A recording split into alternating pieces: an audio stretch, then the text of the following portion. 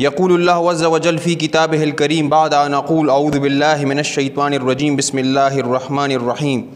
या अय्युहन्नास इत्तक़ू रब्बकुमुल्लज़ी ख़लक़कुम मिन नफ़्सिन वाहिदतिन व ख़लक़ा मिन्हा ज़ौजहा व बस्सा मिन्हुमा रिजालन कसीरन व निसाअन वत्तक़ुल्लाह अल्लज़ी तसाअलून बिही वल अरहाम इन्नल्लाह काना अलैकुम रक़ीबा। ज़मा कशरानो और मशरानो मास्तासो पौड़ांदे द सूरे निसा लुम्बने नंबर आयत तिलावत को ज़मी इज़्ज़तमंदो पदे आयत के अल्लाह ताला टोल इंसानियत ता खिताब करे दे च तक़वा इख्तियार की। ताज़ो को कुरान मजीद बाने गौर व फ़िक्र के नो जकल अल्लाह ताला मुमिनीन ता खिताब कई नो अंदाज़ यो शान तेरे जकल मुशरिकीन ता खिताब कई अंदाज़ यो शान तेरे।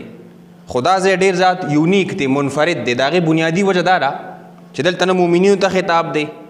न काफिरान ता खिताब दे न मुशरिकीन ता खिताब दे बल्कि द दुनिया हर फ़र्द तरे पूरी दुनिया इंसानान तरे और दा ज़का अदे नमू तयोदा सबक दाम मिलावेगी पर रिवायात के दा खबर रागले द कल्लिमन्नास अला क़द्र उक़ूलिहिम खल्क़ सरा द खल्क़ पे लेवल के खबर कोल पकार भी तो यो माशूम सरे खबरे के अंदाज़ बदल भी चकला सड़े खपल प्लार सरे खबर कई अंदाज़ बदल भी चकला सड़े खपल मोर सरे खबर कई अंदाज़ बदल भी मलगिरी सरे खबर कई अंदाज़ बदल भी नो अल्लाह ताला हम खपल चकम मुखातबीन दी ऑडियंस दी दागे ख्याल सातले दे दागे मुताबिक खबर करे दा बदे आयत मुंगा गौर व फ़िक्र को अगर स वजदा च अल्लाह ताला दिलता टूल दुनिया ता खिताब करे दे पर टूल दुनिया के दे इंसानों के बुनियादी रिश्ता सदा दिल तक को पंजाबियान दी को पुख्तान दी को काफिरान दी को मुसलमानान दी टूल तो अल्लाह पाक खिताब कर दो मुतालबे ते करे दा च अल्लाह ताला तक़वा इख्तियार के सवाल दा पैदा कीगी च दरे टूल मखलूको दरे टूल इंसानानो पखपल मंस के रिश्ता सदा नु दा खबर दिया दबी जमा मुसलमानानो रुनो च अग बुनियादी रिश्ता च कम जमुन टूल इंसानियत सरे दा अग द दवीनी रिश्ता जमा दवीनी रंग सुर दे द गैर मुस्लिम दवीनी रंग हम सुर दे नु पद्दी आयत के अल्लाह ताला यो हिंदुता गैर मुस्लिम जरे पूरी दुनिया पदे के राला या अय्युहन्नास ए दुनिया इंसानानो ए दुनिया खल्को इत्तक़ू रब्बकुमुल्लज़ी ख़लक़कुम तासो तक़वा इख्तियार के द रब खपल तक़वा विलिशी द जान हिफाजत कवल परहेज़ कवल और तासो तमाम मखकिम दा खबर करे वा च द अल्फाज दा लफ्ज़ दे के दा खूबसूरती द च पखवा ज़माना की द अरब जो कमदोर हो नावी बद असुन ढेर ज़ात शौकीनो नो दा अस पचे कल पदे सहरा के गर्जेदो पदे शिगा के बगर्जेदो नो अक्सर बचे दखपे दा नाल बवर्तनो नो दा अखपत दर्द कई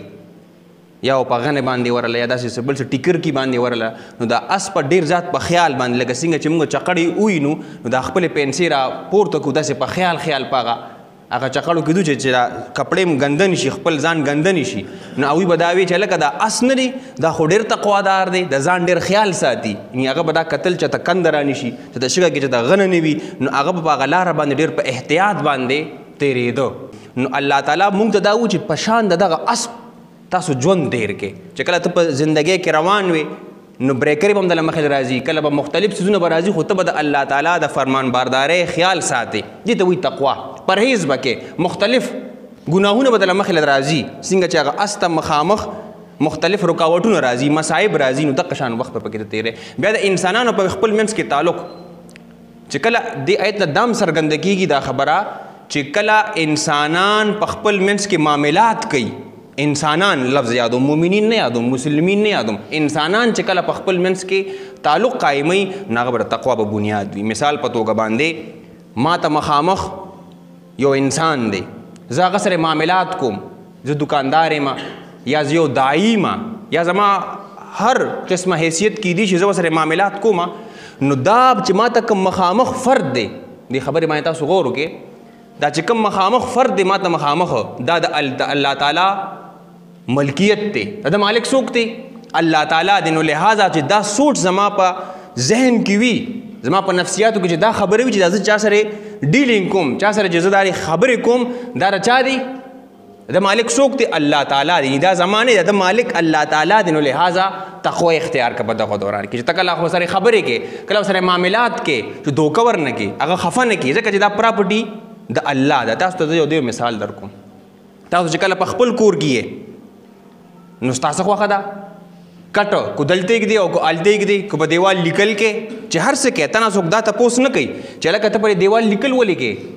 دا چارپای دی دې نه راواغشته الته ولې کې خورت تنه څوک تپوس نه کوي چې دا کور ستا خپل لې دا ستا پراپرټي دا ستا جایداد دی. خو کو فرض کا ته بل چا کرے لاړ شي ته په پردي کور کې دا کار کولی شي چې چارپای راولې الته کې په دیوال ولې لیکل کې تاسو ته خامخا وځي لکه تاسو کې راځي او په دیوالونو باندې لیکل کې دا کور خو زما دی. نو دغه شان دا مخامخ چې ما ته کم انسان دی دا الله تعالی سره تعلق ساتي د حقوق دي د خیال ساتي. یو بل مثال تاسو په باغ کې خپل ماشومان لوبو لبوتلی دي پردي ماشومان عملته لوبې کوي انسان خپل ماشومان ته پکاريږي دلته کې نه الته مکې نه کنه وړه مکو ورته کوي وهیم نو پردي ماشوم فرض کاغه الته لوبې کوي او څه غلط حرکتو کوي ته کاغه وهې یا ورته چې مکوا نو ممکن دا د غپلار وي چې لکه تاسو کې راځو زما بچو ته دا خبره کې ځکه چې داغه مالک دی هغه والد دی دا وی تعلق ساتي هغه سره دغه رنګ چې دا کم مخامخ مونږ ته انسانیت زمون غیر چاپیرا دوی سره کوستا پړوسی دي اکستا مور دا کاغه هر څوک دی تعلق د انسانیت رشتہ دا نو دا ټول د الله تعالی ملکیت دی. نو ته چې کله دوی سره ډیلینګ کې کله دوی سره معاملات کې چې دا خبره ستا په ذهن کې وي چې زه د الله تعالی دوی مالک دی الله تعالی به رانه تپوس کوي نو په دغه توګه باندې موږ دوی سره معاملات کول پکار وي. نو دغه دوران کې کله دوی سره معاملات کې تقوا به اختیار یعنی د الله نه به یریږي چې د دوی چې کوم برابر حق دی چا ورته ته ورسه. مخکې الله تعالی فرمای ربکم الذی ستاسو رب ستاسو پالنهار د ټولو پالنهار د ټولي دنیا رب څوک دی هغه الله تعالی دی. دا رب یوازې زما رب نه دی دا رب المسلمین نه دی چې صرف د مسلمانانو رب دی دا د ټولو کو تور دی او کو سپین دی کو پښتون دی کو پنجابی دی کو انګریز دی د ټولو رب څوک دی هغه الله تعالی دی. نو لہذا دا سوچ چې ستا په ذهن کې داسې مه خوشحالېږه ته چاله دوکه ورکې او ته خوشحالېږي برید ته وایې چې فلان کې مې دوکه که دا اصل کې تا خپل ځان دوکه که رب خو نشي دوکه کولی دا رب ملکیت سره تا دوکه وکړه تا نه به تپوس کېږي دا الله پاک ستاسو سوچ بدلول غواړي. او هغه رب څوک دی الذي خلقکم چې تاسو ټولې پیدا کړي کوم کې ټول راغلل ټول الله پاک ټول انسانیت الله پاک پیدا کړی دی. خالق څوک دی الله تعالی دی او د څه نه پیدا کړي من نفس واحده د یو نفس واحده نه یعنی یو آدم علیه السلام نه مونږ ټول پیدا یو. زمون پلار څوک دی زمون آدم علیه السلام دی. پوهان دا خبره کوي چې په دنیا کې څومره انسانان دي دا ټول د تر بچي دي څنګه چې سړی په تر بچي باندې خفه کېږي داسې کوم غیر مسلم دی ولې نه وي خو په کار دی چې ته زړه کې دننه یو تړپ لرې ځکه چې ستا د تر زوی دی یا ستا رور دی زمون پلار یو دی. نو کو دا سوچ زمون پیدا شي تاسو یقین کې د دنیا یا یو معاشره به د جنت یو تصور پیش کوي ځکه چې ته به خیال ساتي بس تا خیال ساتي چې دا منټالیټي زموږ څنګه چې په کور کې مونږ خیال ساتو زه د پلار خیال زه به خفه کېږم په ما خفه کېږي زه په خپل رور خفه کېږم په ما خفه کېږي نو یو ښه د سکون والا معاشره وي. من نفس واحد وخلق منها زوجها او د هغه آدم علیه السلام نه د هغه زوج پیدا کړ یعنی هوا سلام علیه هغه پیدا کړله زموږ مور بیبي د هغې نه پیدا شوه. دې ځای کې تاسو غور وکړئ یعنی ښځه ذات نه دی دا د سړي نه پیدا ده د هغې نه وخلق منها زوجها او د هغې نه د آدم علیه السلام نه د هغه بیبي پیدا شوه. نو تاسو د یاد وي چې کله مونږ د ښځې توهین کوو په لاره باندې یو جینۍ روانه ده یو زنانه روانه ده زه چې هغې پورې ټوقې کوم یا زه خپلې چې کوم دینو مور له حق نه ورکوم یا چې کوم دینو لور له حق نه ورکوم خور له حق نه ورکوم او یا پورې ټوقې کوم نو د اصل کې زه ځان پورې ټوقې کوم د هغې خلقت هغه د مرد نه شوي نو ته ځان پورې ټوقې کې په لاره باندې یو زنانه روانه ده او ته هغه تنګې نو ستا دا خبره دې یاد وي چې ته اصل کې ځان پورې ټوقې کې کو ته هغه شرمې نو ځان شرمې کو هغې سره بد اخلاقي کې اصل کې ته ځان سره زیاتې کې دا خبره ستاسو چې په سوچ په سمجھ کې وي چې مور سره زیاتې کول یا خور سره زیاتې کول یا ګاونډي او پردی زنانه ده هغې سره زیاتې کول ځکه چې زمونږ رشته یې ورسره شته نو لہذا دا سوچ چې زمونږ پیدا شي نو مونږ بیا معاشره به ښه وي. او زوج د عربی داسې یو لفظ دی چې دا د دوه داسې څیزونو باندې دی اطلاق کیدی چې یو د بل نه بغیر انکمپلیټ وي لکه ښځه او خاون ورځ او شپه چاند او چې کوم دی نو سورج دا زوجین دي دا د یو بل نه بغیر کار نه کوي معاشره به بېګاډ وي نزینګي یعنې زه په معاشره کې زه پلار لرم ماله پلار پکار دی زه ډیپینډنټ مخلوق یم ماله مور پکار ده ماله ښځه پکار ده. یعنې ښځه د خاوند نه بغیر نیمګړې ده او خاوند د ښځې نه بغیر نیمګړې دی. دې معاشره زه غواړم، زه په دې معاشره کې اوسېږم، زه د دې قام نه یم، زما وینه همدغه وینه چې کوم دی. نو په دې کې به ته د دې زونو خیال ساتې. او انسان ډیپنډنټ مخلوق دی. نو دا سوچ چې ستا وي چې لکه بار یو زنانه روانه ده او زه شرارت کوم، چې ستا ذهن کې دا وي چې دا خو مونږ د یو مور پلار نه پیدا وو، زه دا ولې تنګه کړم. تاسو ګوره چې معاشره سمیږي که نه سمیږي. نو دغه قرآن چې زه اکثر کله وایم چې دا لکه وي په دین په ځان کې څنګه راولو، نو زه وایم دا قرآن انټرنلایز سکول یا ایډیلایز سکول په ځان کې راوستل دي. نو ته ګوره چې معاشره د څنګه جوړېږي. دې قرآن کې دا طاقت شته چې ستا سوچ بدل کړي. وبث منهما رجالا كثيرا ونساء. او بیا دې نه پس چلو شو چې کله آدم علیه السلام او حوا سلام علیه دا دوی خلقت وشو، نو د هغې نه پس د دې دواړو نه بیا ډېر زیات رجالا سړي، کثیرا ونساء ډېر زیاتې ښځې او سړي دې نه خوارو شو په ځمکه کې. لکه مونږ د اینو نن سبا چې کوم ماشومان پیدا کېږي دا د هغې تسلسل دی تر قیامته پورې دغه رنګ نارینه هم پیدا کېږي او زنانه هم پیدا کېږي. بیا مخکې الله تعالی د دې نه پس بیا یو خبره کوي. یا د دې د قرآن دا اسلوب دی چې کومه خبره ډېره زیاته اهمه وي هغه بار بار قرآن بیانوي. تاسو د قرآن مجید هر صفحه کولو کې قرآن مجید د کم ځای هم ته کولو کې هلته به د تقوا بحث وي، ځکه چې تقوا ډېره زیاته ضروري ده. نو په دې آیت کې هم تاسو وګورئ چې ډومبې ذکر وشو یا ایها الناس اتقوا ربکم الذي، تقوا ذکر شو چې تقوا اختیار کې، او په آخره کې بیا تقوا ذکر شو واتقوا الله، د الله تقوا اختیار کې. دا خبره اهمه ده ځکه چې کله ته کلام لولې چې دا ستا توجه بل خوا لاړ نه شي چې مضمون د تقوا دی. ګورې د ځان د حفاظت کولو مضمون دی. واتقوا الله، تاسو تقوا اختیار کړئ. د کوم ذات؟ الذي تساءلون به والارحام، چې د هغه په نوم باندې تاسو سوالونه کوئ. څه مطلب؟ لکه اکثر کو تاسو خیال کړي مونږ په خپل ناجایز معاملاتو کې الله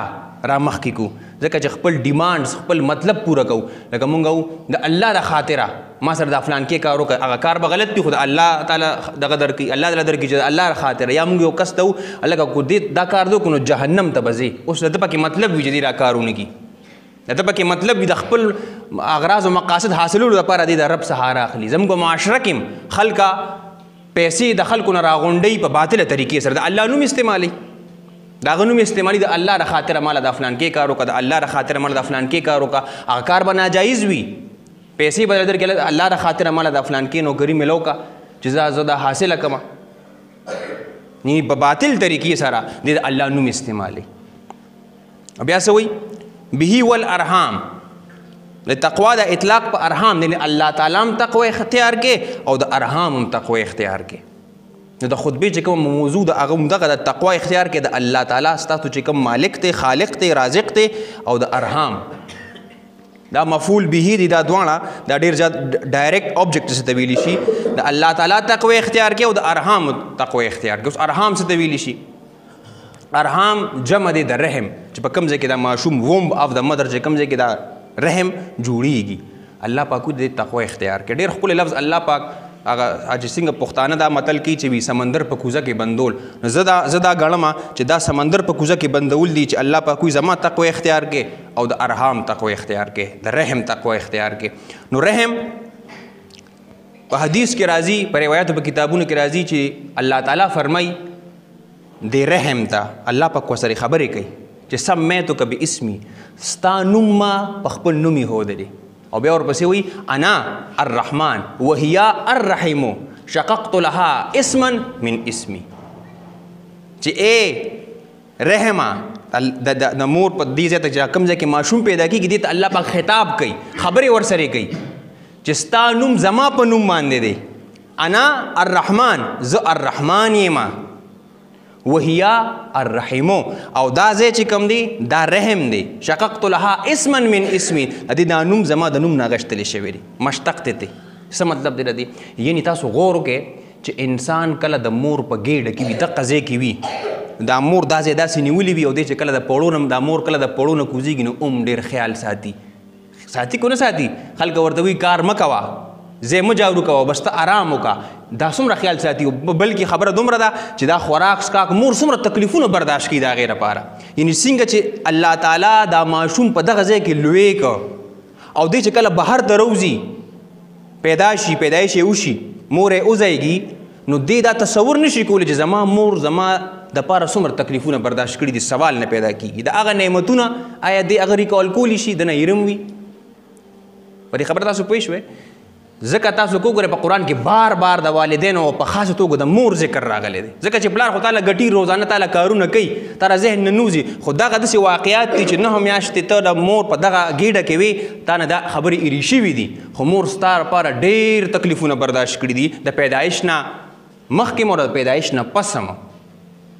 الله پاک وایي دې خبر تاسو غور وکړئ تاسو توجه به غواړم. اوس تاسو سوچ وکړئ څنګه چې ماشوم د مور په ګېډه کې په رحم کې پروت دی او مور په ډېر زیاته رحمیږي مینه کوي ورسره محبت کې لا پیدام نه دی او څومره مینه ورسره کوي. داسې نیولي وي په لوړې جوړې ته ګوري چې دا چې ته رونه غورځېږم خوږ نه شي ماشوم ضایع نه شي. نو دغه شان چې مونږ کله دنیا ته راشو نو مونږ د الرحمن په لمنه کې الله پاک روین غاړي د رحمان په صادر کې. تاسو دې خبرې ترې وایي ستا د دنیا نه د دنیا دا رحم شو او الله تعالی اوس تا ساتندوی تعالی هوا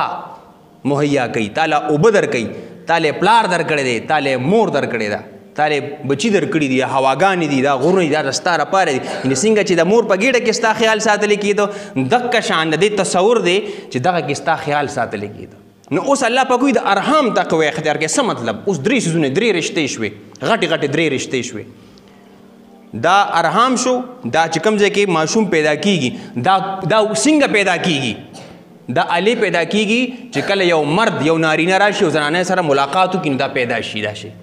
نو الله پاک وایي چې د ارحام کله پیدا کې رحم کله پیدا کې نو په جایز طریقې سره پیدا کې.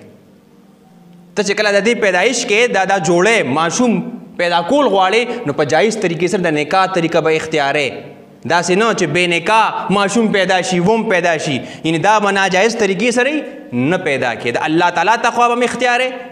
په دغه الله تعالی سره چې کله ډیلینګس کوي نو اب هم یریږي خو په دې معامله کې به هم یریږي. نو چې کوم سړی دا جوړي راځي او هغه کوروالی کوي ښځې سره نو په جایز طریقې سره به کوي. نمبر 1 خبره. نو دې جایز طریقې سره به کوي دا پیدا شو د پلار د وجې نو د پلار حق تا باندې دی. پلار سره چې کله معاملات کې ستا د پلار تعلق هغه رحم سره دی. ته چې کله پیدا شوې نو د دې د پلار په نتیجه کې پلار هم دی کې یو کردار و د رحم په جوړولو کې د پلار یو کردار و لہذا د پلار په تا باندې حق دی. نو چې کله پلار د آیت مطلب څه شو چې کله پلار سره معاملات کې نو تقوا به اختیارې د الله نه به یریږي چې د الله حکمونه را مات نشي چې الله پاک د پلار په باره کې څه حکم کړی دی چې هغه زه برابر کړم. دویمه رشته دا مور په خپله ده چونکې دا رحم والا ده د دې سره ته معاملات کې نو هغه به ته ډېر زیات خیال به ساتې. او زمونږ مذهب دین اسلام چې څومره زور په دې باندې راوړی دی د شرک نه پس چې کله قرآن تاسو کلو کې د شرک نه پس د مور پلار د حقوقو ذکر دی نو د مور به ته خیال ساتې. د هغې نه پس درېیمه رشته پلار مور ورپسې بچي چې هغه چې کله هغه کوروالی وشي او د هغې په نتیجه کې رحم جوړ شو په رحم نه پس چې کوم ماشوم پیدا شو که هغه هلک دی او که هغه جینۍ ده نو د هغه سره هغه ستا رور دی یا د خور ده نو هغې سره تعلقات نو هغوی سره چې کله معاملات کې نو څه به کې تقوا به اختیارې. اوس ته مونږ غور وکړو مونږ مونځ له ډېر زور ورکوو ښه خبره ده مونږ حج له ډېر زور ورکوو ښه خبره ده مونږ زکات له ډېر زور ورکوو ښه خبره ده خو مونږ د ارحام تقوا اختیارو. تاسو که غور وکړئ غټ نه غټ متقي به وي هغه د خور حصه نه ورکوي هغه د مور حصه نه ورکوي ښځې له خپل حق نه ورکوي بچي د خپل حق نه ورکوي. د تعلیم لکه ګوره تا یوازې بچي پیدا کول خو نه دي د هغې د تربیت خیال ساتل دي. بچي پیدا کړي بس همداسې سروالي بروالي ګرځي د هغوی د تربیت په څوک کوي د هغوی به نکاح کې د نکاح بندوبست به ورله کوي په صحیح توګه باندې په جایز طریقې سره. او بله خبره دا ده چې د څنګه د هلک خیال ساتې د هغه نه تپوس کوي چې څوک درله وکړم داسې تپوس د جینۍ نه هم کول پکار دي. زموږ معاشره کې پښتو غالب شوی نه زه پښتون یم ژبه مې ورکړې ده د ارحام تقوا اختیار نه کړله. د جینۍ چې کله ته نکاح کې نو د هغې نه هم تپوس کوې څنګه چې د زوی نه تپوس کوې او زموږ په معاشره کې ډېر په فخر سره خلک وایي هلکه وي زوی مې لوی شو او بس وي ګوته پرېږده څوک درله وکړم وایو که نه وایو دا خبرې مونږ کوو خو مونږ شرمیږو د ښځې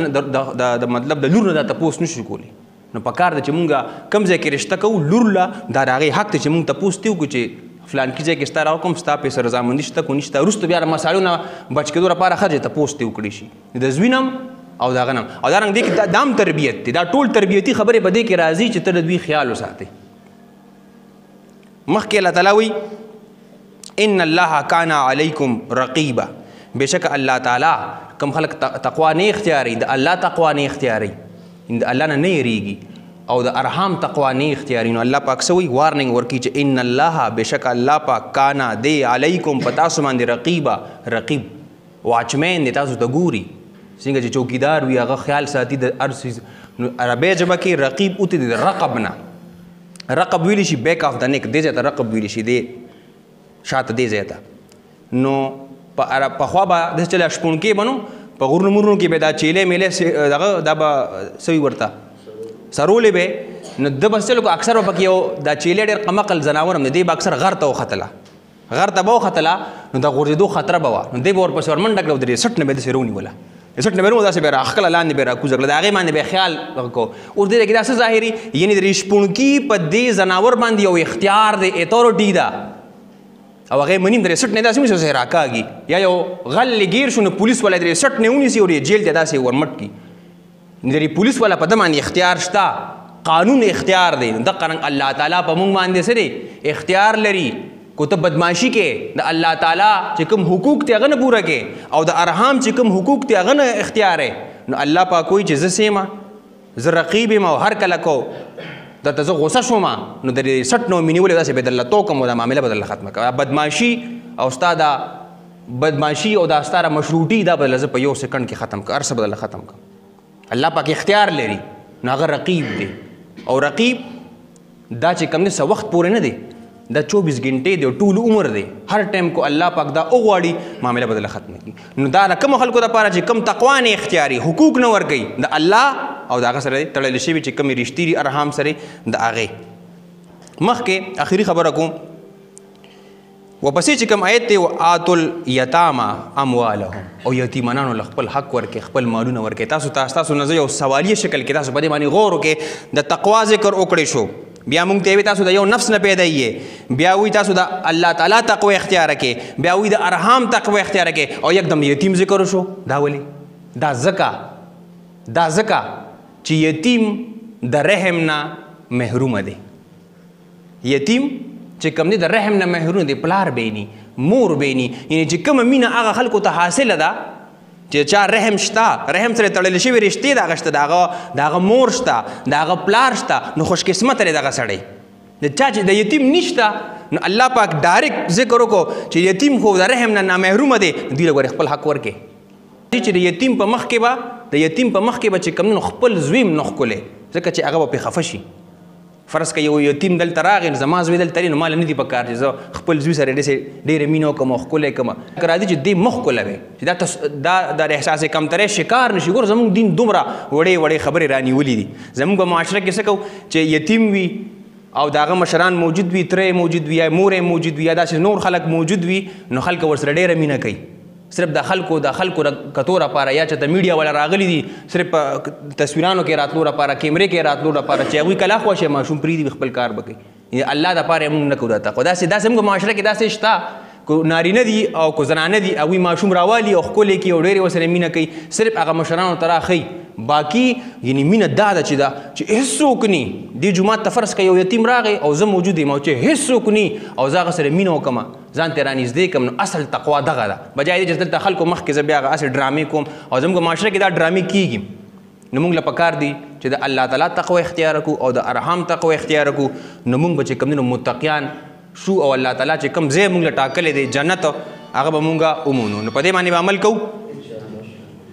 سبحان ربك رب العزة عما يصفون وسلام على المرسلين والحمد لله رب العالمين